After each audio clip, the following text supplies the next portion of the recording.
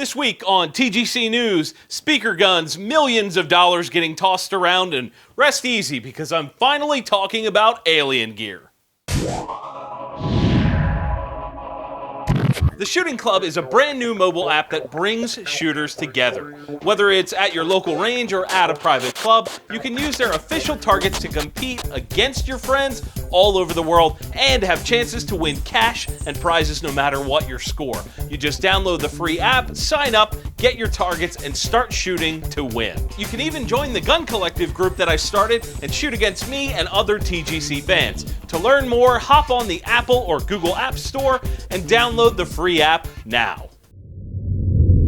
Welcome back. My name is Jon Patton, and before we get started, today I have a quick message for you guys from Adam. Hey everyone, it's Adam Kraut, the host of the Legal Brief here on the Gun Collective.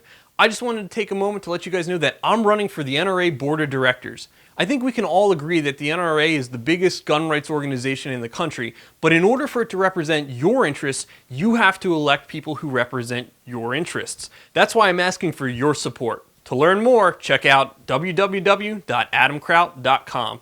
Now back to TGC News. Now that you guys have his website bookmarked, let's get things started. This week's first story is about a company that I get asked about all the time. Anytime I mention a holster, I get asked for reviews of alien gear. I've heard mixed reviews on their actual holsters, but what I find intriguing is their new method for mounting a holster in a car or on a desk or something else. We've talked about this sort of stuff in the past, and I feel like oftentimes the methodology used is either unsafe or really cumbersome. Enter the alien gear cloak, dock, holster mount, because just calling it a mount was apparently too difficult. Anyway, the basic concept is that you take this plastic bar, mount it somewhere in your car or on a desk or wherever, and then slide your alien gear outside the waistband paddle holster onto it, and boom. You have a decent mounting system that can also actually be used as a holster. I'm not a fan of paddle holsters in general, but in a pinch, they'll work. Hashtag, at least it's not a Serpa.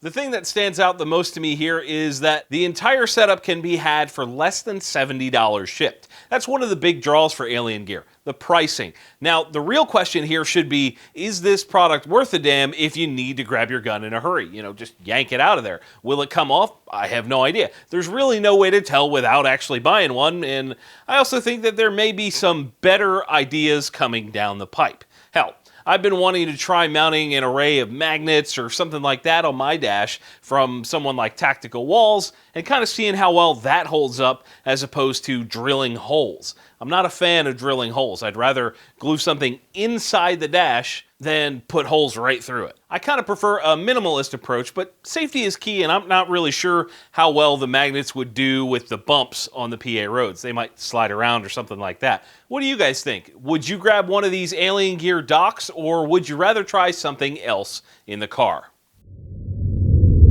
And in that's some James Bond type stuff news, a company called Gunbox that is most well known for creating a portable carrying case for criminals to steal your gun in, aka a gun safe, has announced something that I find really interesting. I've covered products like this in the past that make guns disappear into your home decor, and honestly, I love it. Being surrounded by freedom delivery systems at all times is a wonderful way to live. Well, Gunbox recently announced a product called the Sentinel. Long story short, it's a fake speaker that actually is a mini gun safe. I put that in air quotes because I wouldn't use it as a replacement for a real safe, but for covert storage, it's pretty neat. I really like the modern design of it. The layout allows for one long gun down the center, potentially a handgun or two, and some other shenanigans mounted to the inner walls. It's got 3 different methods for unlocking it, including Bluetooth, RFID, and biometric. I'm not sure if there is a key, but I would assume that's probably a backup. They've pretty much got everything covered there. It has a motion alarm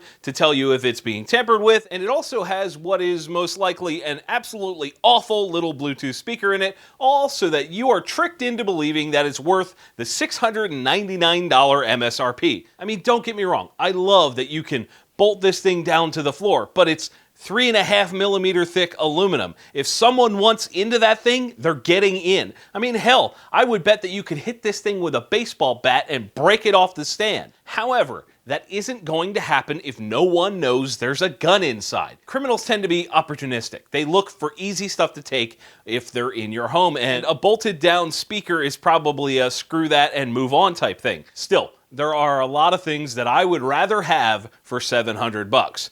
When this thing gets released in October of this year, will you guys be buying it? Let me know down in the comments.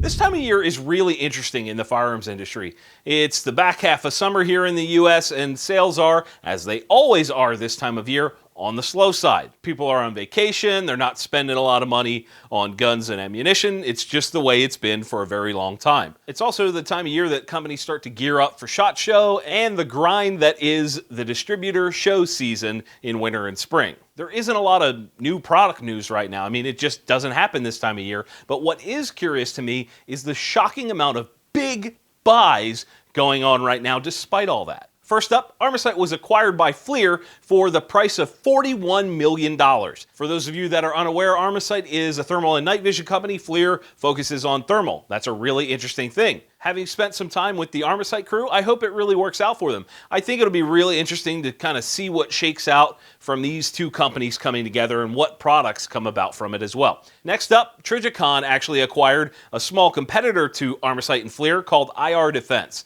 I've heard some people talk about their optics, but have very little experience with them, so it will be, again, very interesting to see what comes of this. I'm curious to see if Trijicon aims to bring out thermal optics now, or if they plan to introduce some new electronic technology to their fairly boring line of current optics. After that, some investment company called Compass Diversified Holdings bought 511 Tactical for $400 million.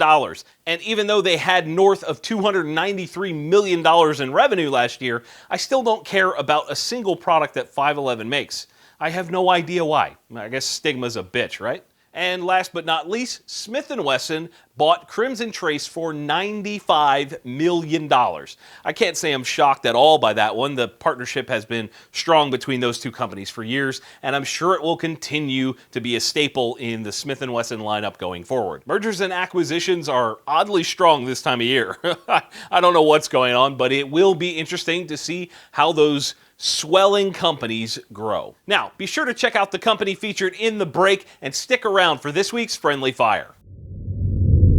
TacPack offers some of the highest quality tactical and EDC gear in a monthly package shipped right to your door. They aren't focused on sending you a bunch of crap. They want to make sure that you get gear you will actually use, featuring things like knives, tourniquets, multi-tools, AR-15 parts, and survival gear. TacPack is bound to have gear that you're going to love. If you order right now, you can get either a free hat or a free multi-tool by using the code TGC hat or TGC tool at tacpack.com. This week's Friendly Fire question is from Josh Donat on the TGC Facebook page, and he asks, if you're out to build an AR-10 on a budget, what's one component you would skimp on and why?